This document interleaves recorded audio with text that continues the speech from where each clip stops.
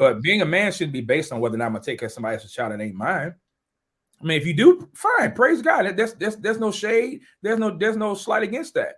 But don't knock the man who decides, no, I'm not about to do that. So that's amazing, man. So I had a couple of follow-up questions, Sure. if you don't mind, man. Sure. So going back to the child that was not yours Mhm. after the DNA test, you said, I'm not going to take care of a child that's mine. And one of my favorite TV shows is Paternity Court. I watch it all the time. Okay, yeah. To be honest, because it just I love to see Yeah. the word come crashing down when it's not there. So Right, it's just something about that for me. Yeah. But what happens, men would stand on that show for 45 minutes talking about how wrong she is, and then get to the end of it and still say, I'm still gonna take care of that baby. And I'm like, hold on. So what if you had to put yourself in those guys' shoes, or even in your situation, what made you say, well, I'm still not gonna take care of that child that's not mine? Well, number one, because I was already in another relationship. Matter of fact, I believe I was married. I was married to my wife Sharon at the time. Currently, I was married to my wife Sharon at that time, and still am now. So that was one. Two, it's just not fair. It's not fair. I'm taking care of somebody else's child. Now, whether if first of all, does the father of this baby know that he's the father now? Can we talk about that? Yeah. I mean, so and I also believe this. A lot of women know that they're not going to get more from this man than they would from this man. So they'll try to get the benefit and try to deceive this man and believing that this child is theirs. And maybe some men now start to get DNA tests, but that's one thing I look at. So I look at the fact, number one, I'm not obligated to take care of this child. If it's mine, then I am morally obligated to take care of what is mine. That is my moral obligation. Number two, it should be my choice if I decide to. But don't trick me into believing something that you know is not true. That's the second thing. Thirdly, then the other party, the father, needs to be responsible to take care of his child. Okay. And I'll just say, fourthly, if you want to do that, then praise God. I mean, there are men who do that. Salute to you if you do. Salute to you if you do. I was taking care of my first wife's son, whose father was in prison at the time. So it wasn't the issue of me taking care of a child that's not mine. I knew that going into that relationship that she already had a child that wasn't mine, right? Yeah. But this one here is a different dynamic. You have me believing and thinking that this girl was my daughter, and she's not. Until this very day, she has my last name, and just for me, I just from a sense of integrity, and just doing what's right. You know, I would not want to have the name of someone who's not my father or not my parent after knowing and realizing that they're not.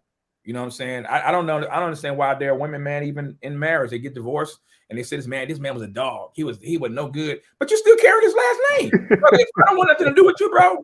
If I don't want nothing to do with you, I don't want your name. I don't want nothing to do with you. And so it's just, maybe it's a woman thing. I don't know. I know a lot of women say, man, yeah, they agree with me. Yeah, if it's over, it's over. I don't want your last name. I don't want nothing to have to do with you, especially if you claim to be a dog and you ain't no good. Okay, if I ain't no good, then give me my no good name back. Makes sense to me.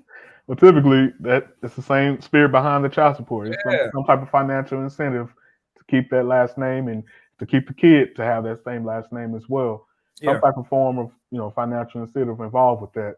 Yeah. Man, thank you so much for answering that. Because you got this narrative that it makes you a better man to state in.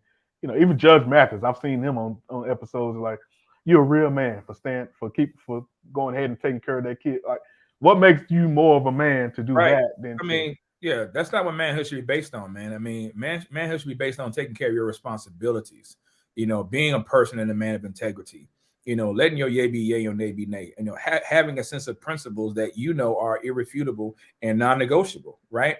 But being a man shouldn't be based on whether or not I'm gonna take care of somebody else's child that ain't mine. I mean, if you do, fine, praise God. There's no shade. There's no slight against that.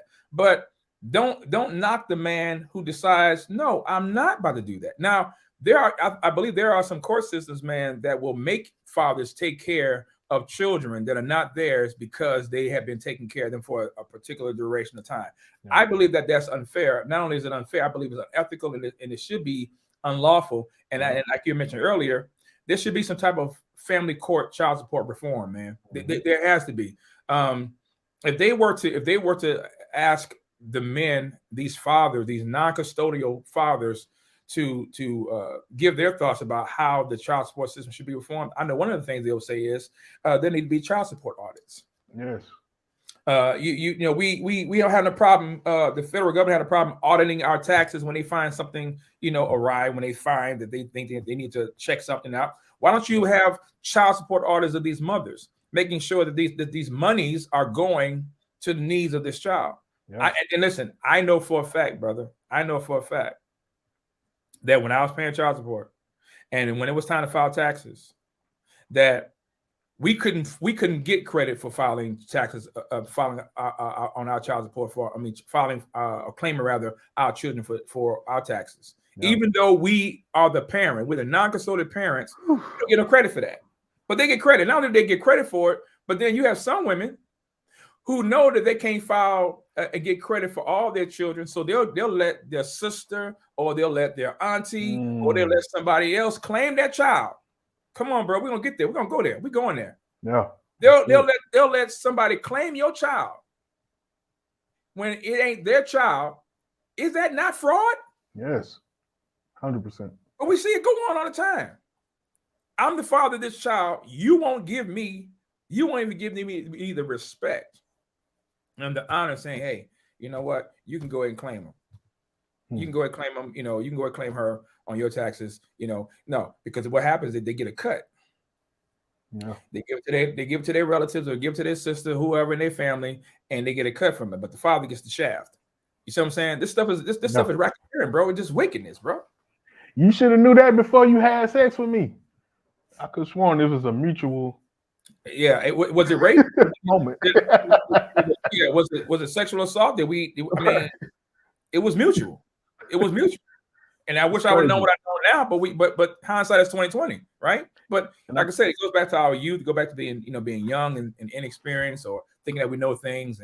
And again, for me, I just want people to understand, man, that number one, we're not the only ones going through this. Number two, we should learn from it.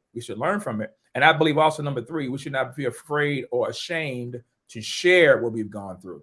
I'm not coming from a place of bitterness. I'm not coming from a place of trying to attack anyone. But this is my experience. This is my story. My second son, his mother did me dirty as well too. When people that can abuse and take advantage of you and they have the system, have the government to support it and sanction that, then brother, God help you, because now you got to fight against them and you got to fight against the system. And it's not a fair thing. So being denied visitation, right? But let me refuse to pay child support, I'm going to jail. But they can deny you visitation and nothing happens because they already know you can't hire a lawyer. You can't afford to hire a lawyer. You know what I'm saying? So it's a lot of stuff that happens to these fathers, man, that we don't get a voice. And I've been, several years removed, probably like 10 years removed now from the child support system. But again, I would not wish this, Mel, on my worst enemy, man. There should be some kind of reform against the system. Let's go.